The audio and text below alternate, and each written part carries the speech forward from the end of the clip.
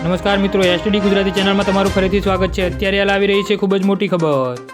ભીષણ આગ લાગવાના કારણે એક સાથે 14 લોકોએ જીવ ગુમાવ્યો છે, જેના કારણે ચારે બાજુ અહંકાર મચી જવા પામ્યો છે। જી હા મિત્રો, જો વાત કરવામાં આવે તો ઝારખંડના ધનબાદ આશીર્વાદ એપાર્ટમેન્ટમાં મંગળવારે સાંજે ભીષણ આગ લાગી હતી। જી હા મિત્રો, આ દુર્ઘટનામાં અત્યાર સુધી 14 લોકોના દર્દનાક મોત થયા છે। આ સિવાય 2 ડઝનથી વધુ લોકો ગંભીર રીતે ઘાયલ થયા છે।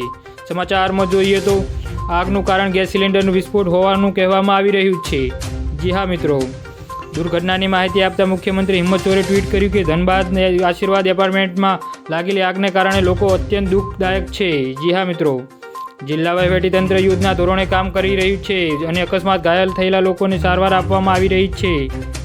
જી હા મિત્રો, આગ લાગવાના કારણે એપાર્ટમેન્ટમાં અફરાતફરી મચી ગઈ છે। લોકોએ જીવ બચાવવાનો પ્રયાસ કર્યો, પરંતુ આગ તેના પર કાળ બનીને તૂટી પડી હતી। સમાચારમાં જોઈએ તો આ દુર્ઘટનામાં અત્યાર સુધીમાં 1 વ્યક્તિ, 3 બાળક અને 10 મહિલાઓને જીવ ગુમાવ્યા છે। દુર્ઘટનામાં 18 ઘાયલોને પાટીલ પુત્ર નર્સિંગ હોમમાં દાખલ કરવામાં આવ્યા છે। જો તમે અમારી યુટ્યુબ ચેનલમાં નવા છો તો અમારી યુટ્યુબ ચેનલને સબસ્ક્રાઇબ જરૂરથી કરી લેજો। ધન્યવાદ।